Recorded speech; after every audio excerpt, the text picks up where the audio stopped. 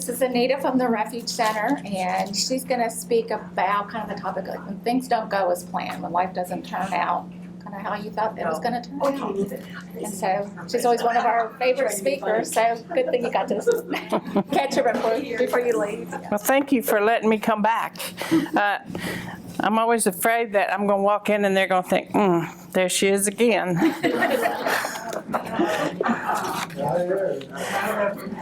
Anita, it's more like, great. I have some brochures here. I don't know that I have enough, but you're welcome to take one. It actually has some pictures of our new facility, and y'all can pass them around and take them as far as they go.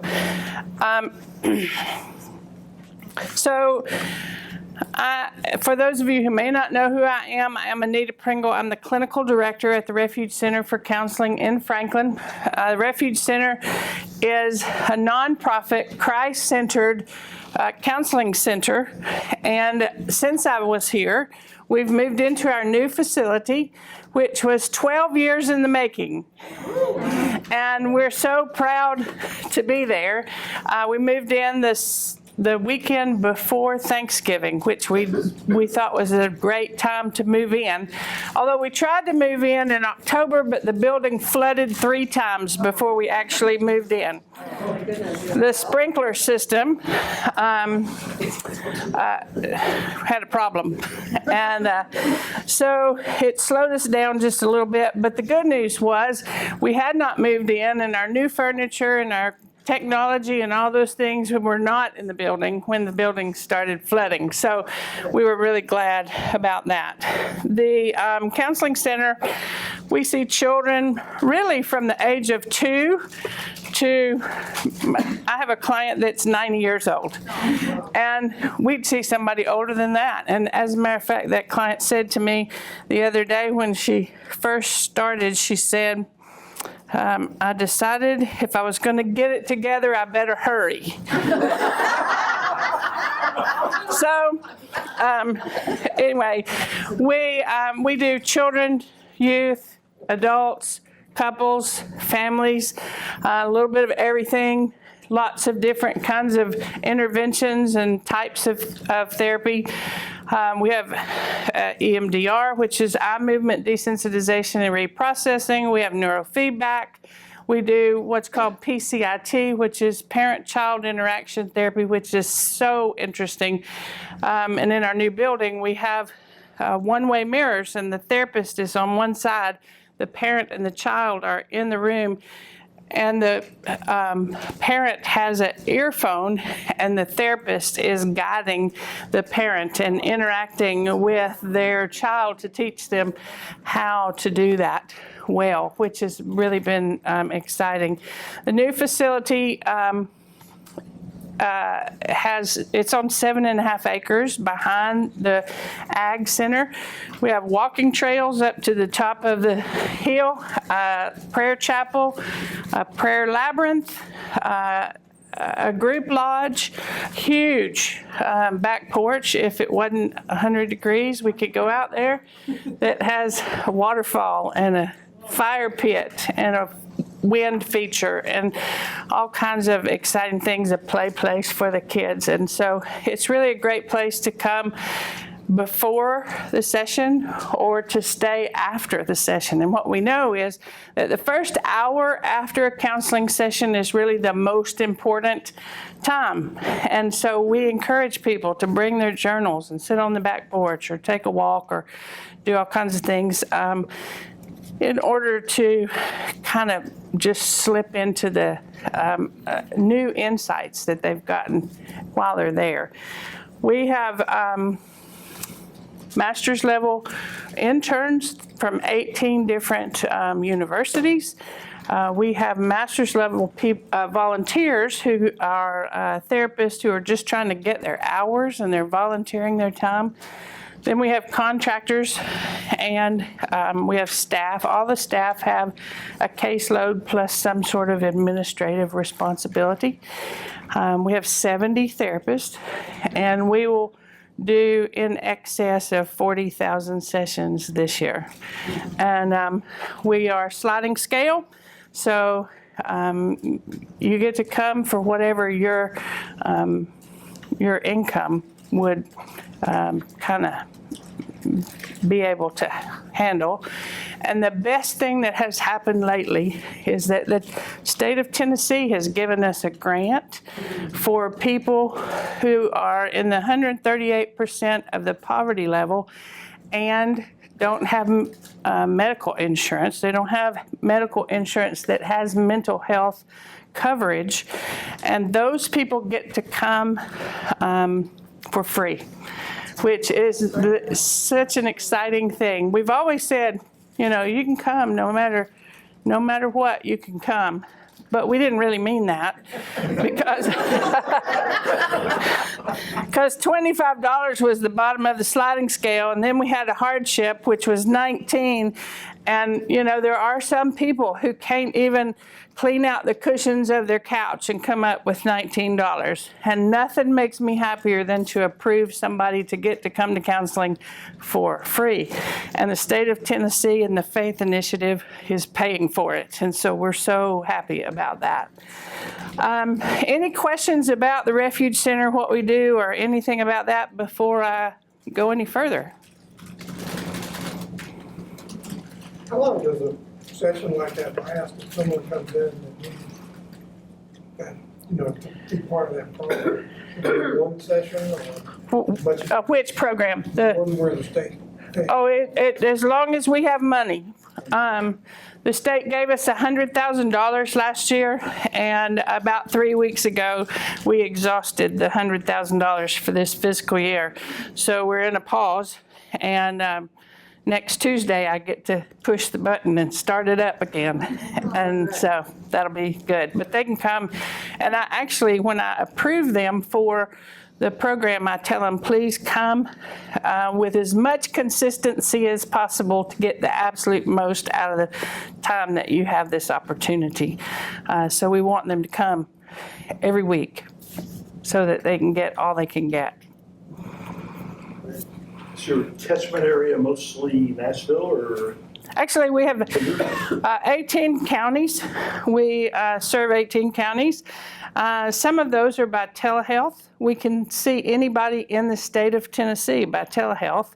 And so that really kind of broadened our area. But we do have people who drive from most of those 18 counties to Refuge. People don't really like telehealth. We did a lot of it during COVID because we had to, but people don't really like it. I don't really like it, but it's an opportunity to support people that maybe can't come.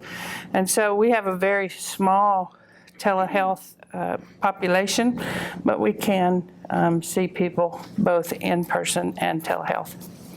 What's the farthest county or the farthest distance a person drives?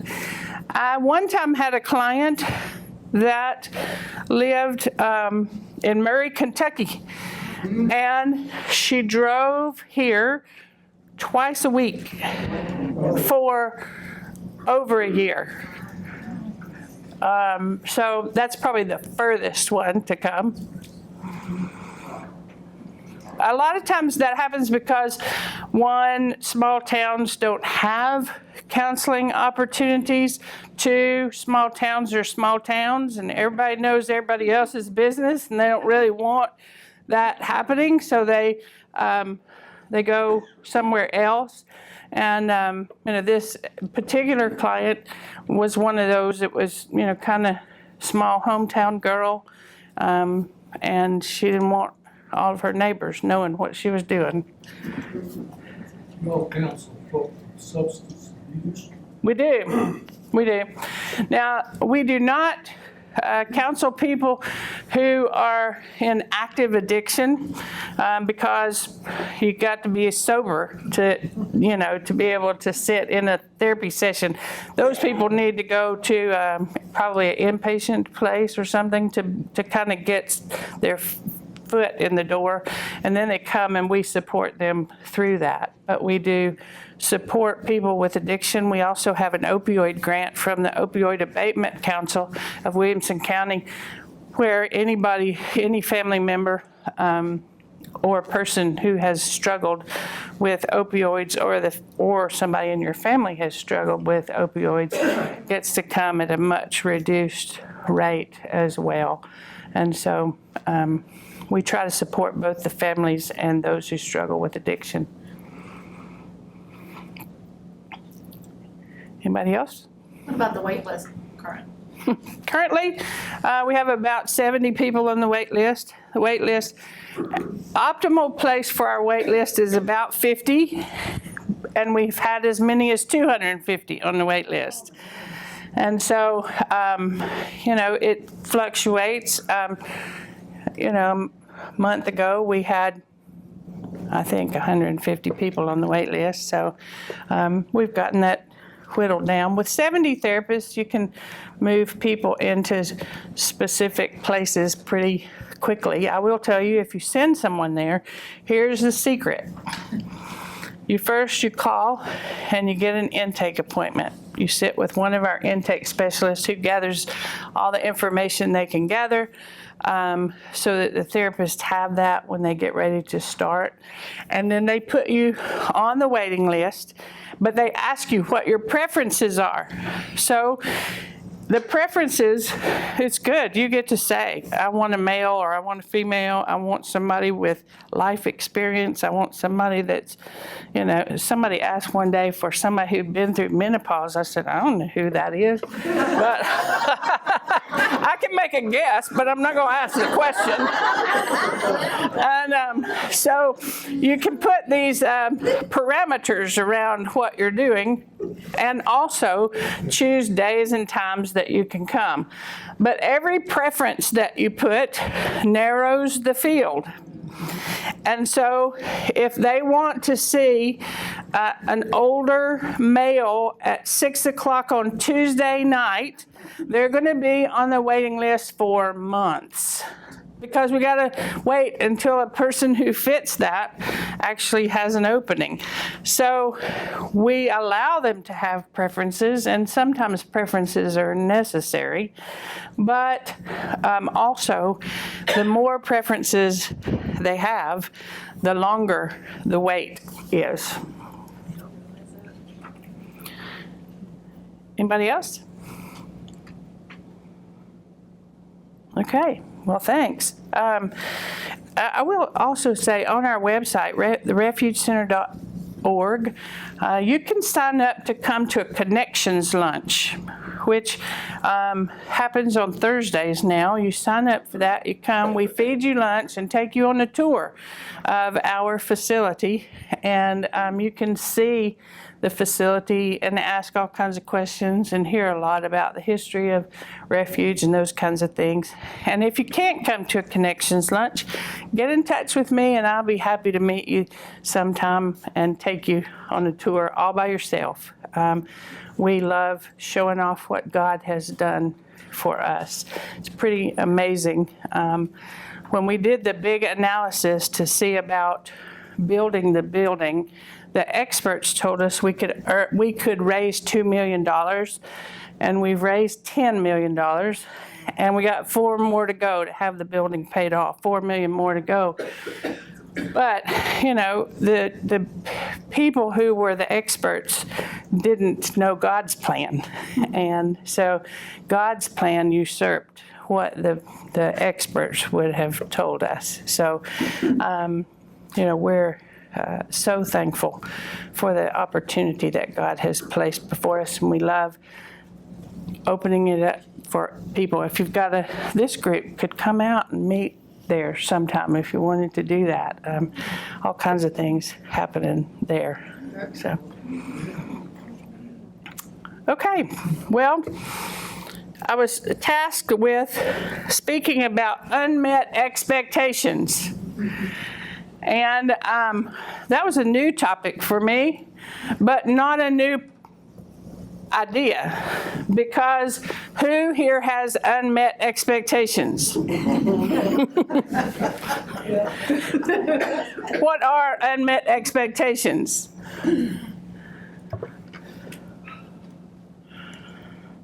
Not accomplishing what you had hoped you'd accomplish. Okay, not accomplishing what you had hoped. Don't remember as much as I would like to. You don't remember as much as you would like to. Expecting something of someone else that doesn't happen. Okay, having expectations of other people that don't happen. When life doesn't turn out how you thought it would turn out. Yep, when life doesn't turn out the way you expected it to. Disappointment. When trauma settles in. When trauma settles in, yes, that certainly can be an unmet expectation, because the trauma itself is an unmet expectation. Think about if that's coming. Yeah, well, you don't know sometimes.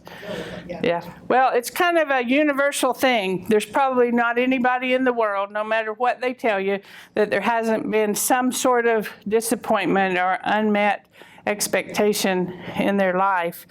And,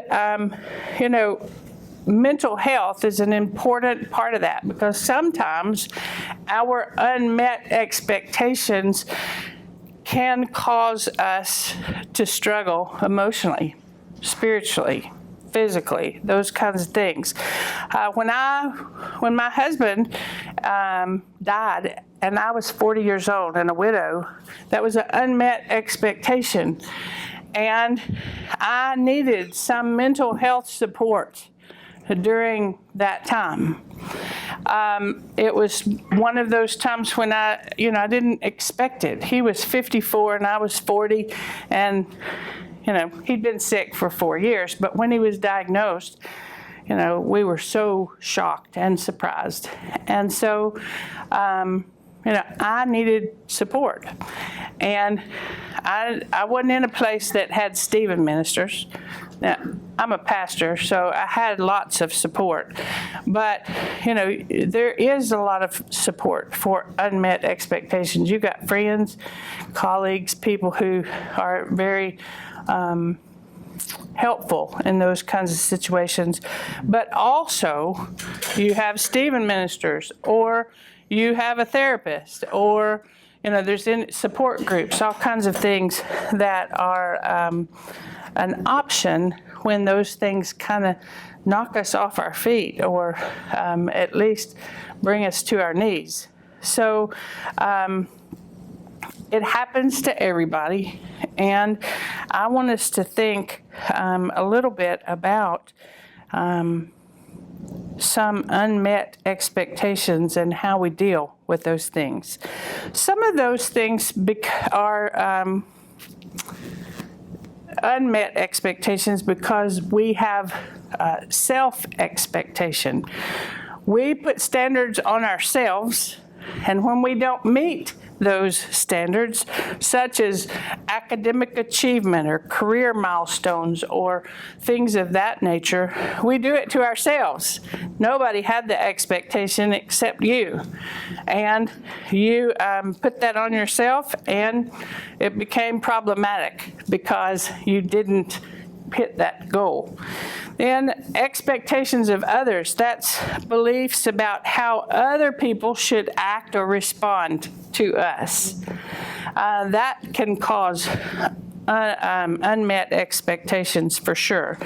And then expectations of circumstance, which are events, things that unfold that don't happen the way we wanted them to. 2 years ago, my friend and I were going to a train trip in the Canadian Rockies for my 60th birthday. And we got to Salt Lake City, and we got a call from the travel agent saying the trip had been canceled because of the wildfires in Banff. And that was an unmet expectation. And there we were in Salt Lake City thinking, what are we going to do now? So we rented a yellow Jeep, bright yellow Jeep, and we took off to Jackson Hole, Wyoming. we didn't get to do what we wanted to do or what we set out to do, but we did something that was a lot of fun. And so next year, I get a sabbatical every 5 years from Refuge. And so next year on our sabbatical, we're going to try the train trip again. So tell me how you feel when you encounter an unmet expectation. Disappointed, frustrated, angry, depressed. Is somebody else irritated? Yeah, irritated, okay. Shocked, yeah.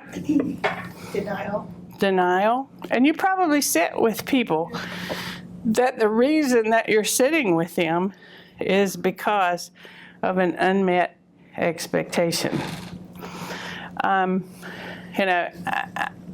I have a client whose daughter-in-law doesn't treat her the way she would like to be treated. But y'all must have one of those too. But anyway, the other day her daughter-in-law spoke to her and said thank you for something that she did. And she was shocked by that. And so we began to talk about realistic and unrealistic expectations. And her expectation of the relationship she was going to have with her daughter-in-law was, this is the daughter I never had.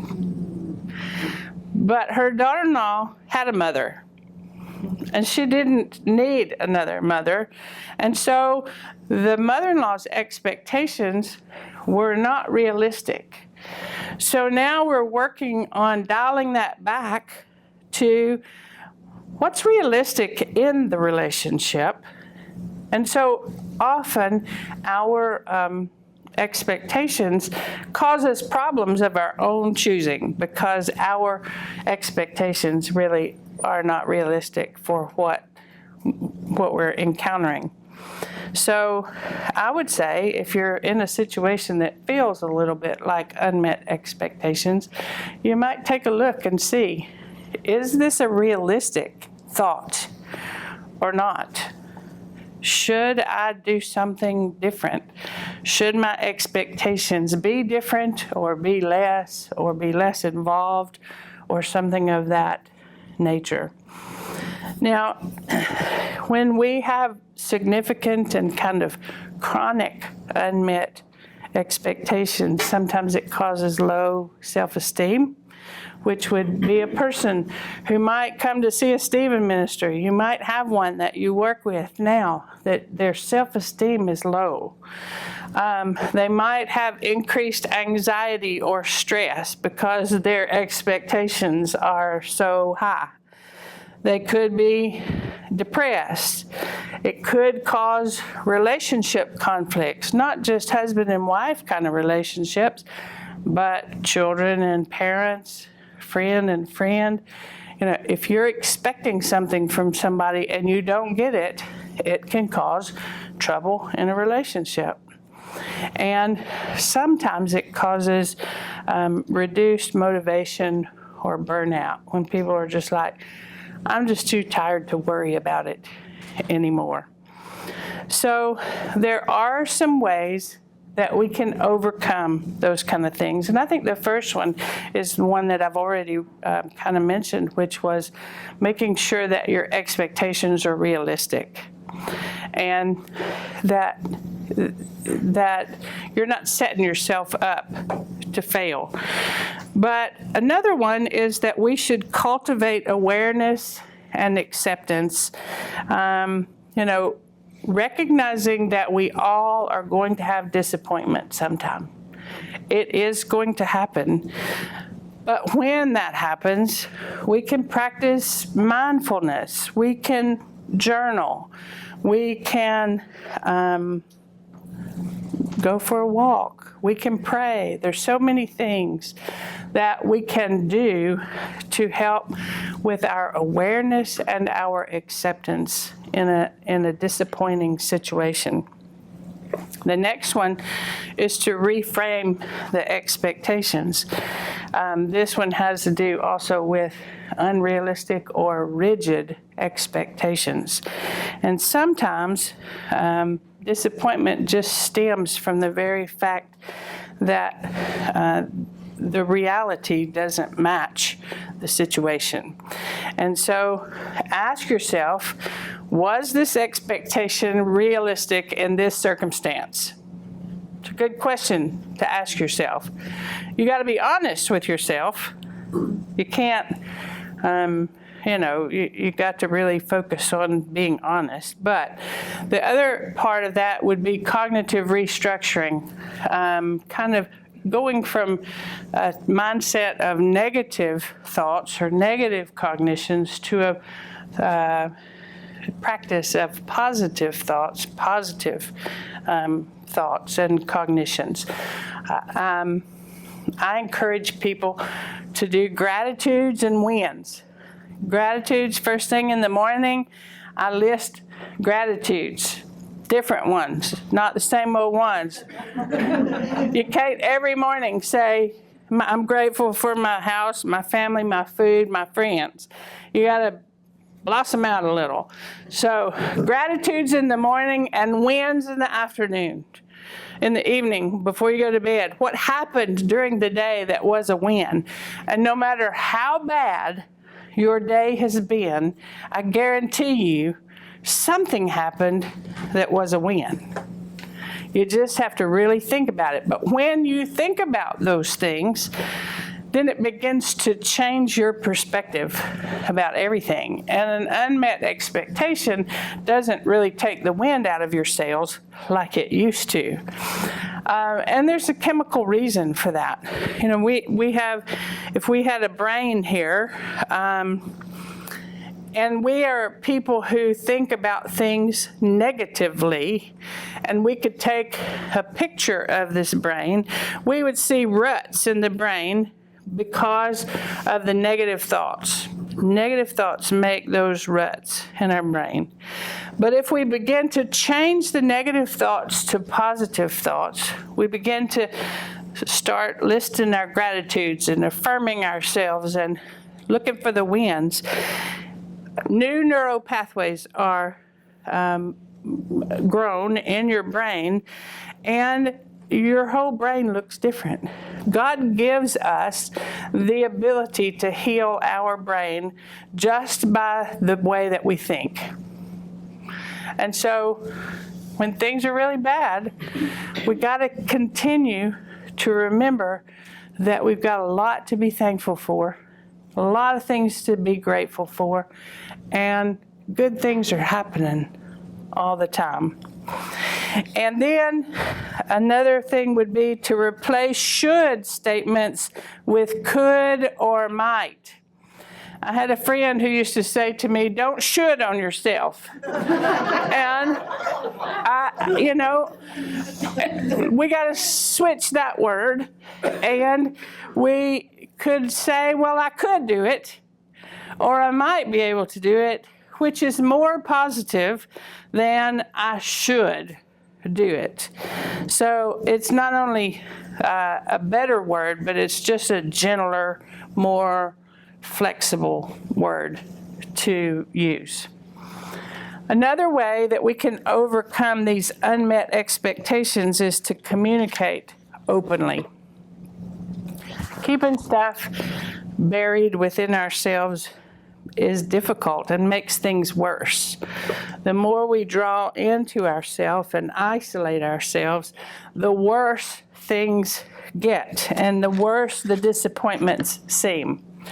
So communicating with people, and I say the way that we need to communicate with people is to say what you mean what you say, but don't say it mean.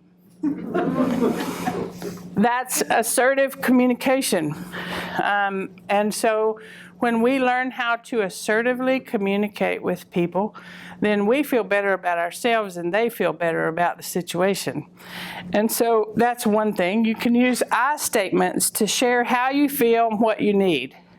In a situation where you've been disappointed or something hasn't turned out the way you would like for it to, you can say, I feel disappointed that this didn't turn out the way I wanted it to turn out.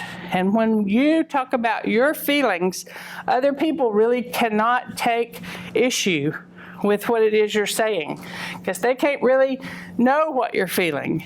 They can't question your feelings. So if you, if you start pointing your finger at them, they'll take issue with that and they'll get defensive and those kinds of things. But if you say, I feel this way, I feel disappointed, I feel angry, I feel whatever, then that's you owning your own stuff. And people can't really question that too much. And then the other piece is that you've got to be open to hearing another person's perspective. Just because we feel it one way doesn't mean that everybody else feels it that way. So you got to be open to recognizing that we can all have different thoughts or feelings about the same thing. We live in a world where there's a whole lot of stuff going on. And we get to have different thoughts and feelings about all that stuff. And, my mother, who's not really my mother, she adopted me as her mother, and I'm thankful for that. But she said to me yesterday, "The world is in a much better place today." And I said, "Oh, really?" And so we had a little bit of a conversation about why she thought all of a sudden yesterday the world was in a much better place. And, that's her perspective, and she gets to think it. But we have to stop long enough to say, okay, tell me why you think that. This is a great thing for Stephen ministry people, because you're supposed to be listening. I laughed when John was trying to get your attention. A bunch of Stephen ministers who wouldn't listen at all. But you're supposed to listen. And so, when somebody says something, and maybe it doesn't feel good to you, maybe it's not at all what you believe or what you think, but just say more about that, or I'm curious about that, or can you tell me more about why you think this or that? So we've got to be open to hear and understand, or try to understand other people's perspective, even though it's not ours. And then sometimes we have to learn how to just negotiate a solution, and sometimes that is we agree to disagree. And that's okay too. God didn't make all of our brains the same way. And so he knew we were going to have different ideas and thoughts about things, and we were going to experience this particular expectation over here. One person experiences it one way and somebody else experiences it another way. And so it's a completely different thing, and that's okay. The next thing we need to do is to develop coping skills. I'm all about coping skills. If I can pack a client's toolbox with coping skills and send them out the door to do whatever it is that they're about to do, there's nothing better than that. What makes me so sad, though, is when a client comes and we pack the toolbox and they leave and the toolbox is still sitting there, which happened a lot when I worked in residential treatment. And, we would spend 60, 90 days really giving them a lot of tools to be able to manage life and not to encounter so many unmet expectations that got them off track for what it was they were doing. But some of them, I'd say by the time they got to the airport, they had already, they were drunk and they'd left their toolbox in the house where they stayed. They didn't take it with them, and they'd worked really hard to gain some sobriety or gain some, self-esteem or those kinds of things. And before they ever got home, they had lost it if they didn't take their tools with them. So coping skills would be, deep breathing, walking, journaling, exercising, an exercise of mindfulness, which I call 5, 4, 3, 2, 1. So 5 things that you see, 4 things that you feel, 3 things that you hear, 2 things that you smell, 1 thing that you taste. And you say those things out loud. And you then are mindful of what's going on in your surroundings, and you're not allowing this difficult situation to really get you off the path. A lot of self-compassion in coping skills, so very important. And then reaching out to your social support group or to family members, trusted friends, prayer partners, all kinds of people, because sometimes, unmet expectations are not, I really wish I had had pizza for dinner, but instead you fed me this. It can be something that's really hard and difficult. And so you might need some coping skills. And then the last one, which I think is important, you all do such an amazing work with people. And you provide support for people in a way that is so very important. And there are professional people who, when you can't provide enough support for them, when you don't know what to do next, when they're in danger, when you're in this far over your head, you send them to a professional person.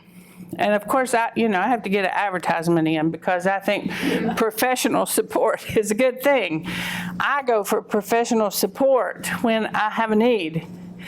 And, I have a therapist, and I think every therapist ought to have a therapist.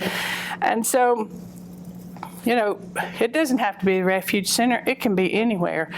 But help your people or yourself to get to a place where you can really get the support that you need when you're in a situation that is so disappointing. I raised my nephew as my own child. He was in and out of prison. He was a drug addict. And, for years, I expected to get a telephone call that he had either died or he had killed someone. I expected that to happen. Well, I was sitting in a Waffle House one Saturday morning, and the phone call came. And he was on life support in a hospital. And, as much as I had expected that, all along the way, I really expected that I was going to get that call. It's not what I wanted, but it's what I expected. When it happened, that in and of itself was a very difficult situation for me. I knew it was coming. But when it happened, I had an unmet expectation, which really wasn't an unmet expectation because I believed it was going to be that way. So it was kind of an odd thing. But when it happened, the way I expected it to happen, that was even problematic. So sometimes, even things that we think we're ready for, that we prepare for, they can be difficult for us, and we need support. That particular day, I went home from the Waffle House, gathered my stuff, and started to Mississippi. And in a few minutes down the road, I got a telephone call, and my best friend said, "I'm about 10 miles behind you." And she followed me to Mississippi. And she's a nurse, and so she knew when we got there she could, do all the things to kind of check to see, is he just unconscious or is he brain dead? And she was able to do those things, and before the hospital would even tell us that, she was able to tell me that. And that's the kind of support that you need to have in a hard situation. And so, be sure to surround yourself with people who can support you in the good times and in the hard times. I have another friend. I was eating dinner. Anybody remember my favorite place to eat when I come to Stephen Ministry? Blaze Pizza. That's right. So I was sitting at Blaze Pizza, and my friend that sometimes has come with me called me, and I was sitting there. She said, "When you get finished, can you come by my house?" I said, "Yes, what's wrong?" She said, "Well, my washing machine is flowing over everywhere." And so I thought, well, after I finish, it's going to be kind of too late. So I said, "Here's what you need to do." I said, "Get behind the washer there and turn the water off and start sopping the water up. And as soon as I'm finished, I'll be there." But that support comes in different kind of ways. And, I couldn't leave my pizza or y'all and go to Spring Hill to take care of that right then. But I could walk her through some steps to help. And that's what Stephen Ministry does, is walk people through some steps and listens well and helps. And then before I came in, I checked on her again. She said, "The water's all cleaned up, and I'm going to go by when I get back into Spring Hill and take all her wet stuff to my house and dry it." But, the support of caring people is so important, because the fact of the matter is, every one of us is going to run into an expectation that doesn't work out the way we would like. And so our faith in God,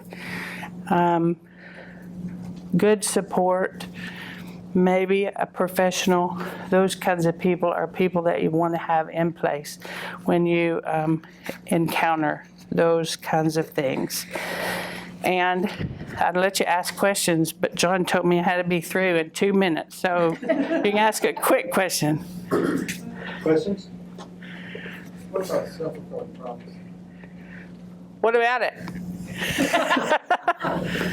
Self-fulfilling prophecy can be an expectation. Of course. Yeah, it is an expectation. And sometimes it's difficult. It turns out in a way that we would not prefer. Anybody else have a question? Anita, wonderful. Thank you. Y'all keep doing the good work you're doing.